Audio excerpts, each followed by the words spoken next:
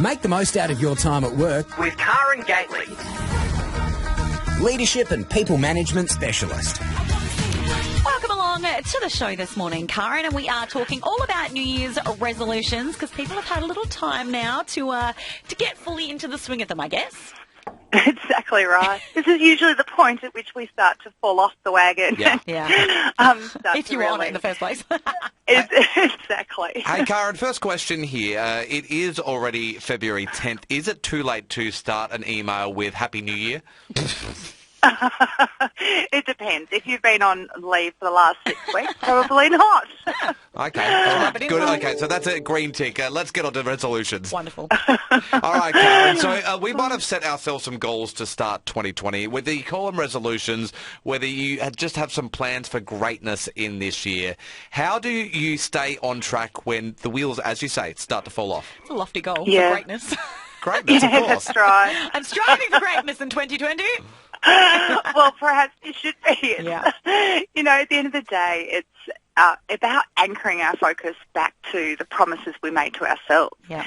So one of the reasons New Year's resolutions don't work is that, you know, again, as you pointed out, it could be something as big as just greatness rather than breaking it down. Maybe define it a bit more.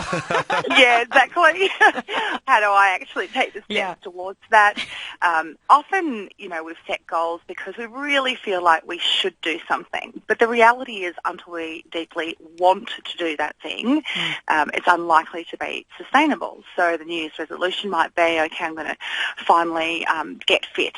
Yeah. You know, well, why are we getting fit? Yeah. Because you feel obligated to, because the rest of the world tells you that you should be fit, in which case that's just not going to happen, right? So, again, if you break it down and say, okay, you know, my New Year's resolution might be just to move more in this year, you know, I'm going to make sure there's more activity of various types. Achievable. So, again, it's that checking in with the goal. It's like, was it something that you're passionate about? Is it something that really matters to you? Is it broken down into tangible steps or you know, bite-sized pieces? And then it's about, you know, when we realise that we're off track, is simply just getting back on. You know, the whole classic, I fell off the wagon, I'll do it, I'll start again Monday. Yeah, are we kind of setting ourselves up for failure in a way by, I mean, the time of year that you make your resolutions, I understand that it's because it is a new year, but it's also the festive season. So if you're trying to, you know, get fit and eat less, drink less, whatever, is that kind of a bit of a way to fail? Like, yes, exactly right. So, again, not for everybody, but absolutely. For most of us over the festive period, the routines are disrupted. You know, there are more tempting foods and drinks and all the rest of it. So, again, obviously, clearly our goals are not just about health and well-being, but they typically are about focus or taking us to a next level or letting go a bad habit.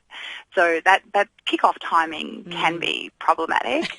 But again, as I say, it's really about recognising if we're halfway through February and we'd actually forgotten for the last month that we had a New Year's resolution, then let's check in as to whether or not it really made sense to make that promise to ourselves in the first place. Of course, we want our goals to be successful, but what happens if the goals that we're setting for ourselves are standing at odds with the direction or the goals of our workplace? Let's say our bosses are drawing you in a completely different direction to the way you want to go.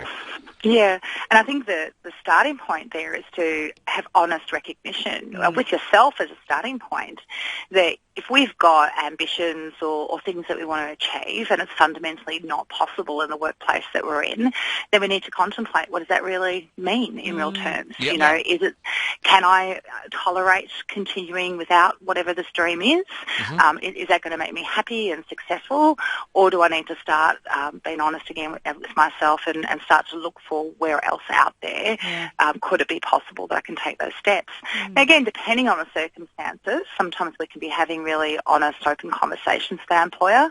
You know, I've seen many employers support people to take steps, you know, off the ship, off to, you know, new destinations that they want to take, and be happy, you know, and supportive of that, not necessarily that when they're, you know, wanting to push them off the plank, but you know, lots of employers will have the maturity to recognise when the right next step for you is outside of the organisation.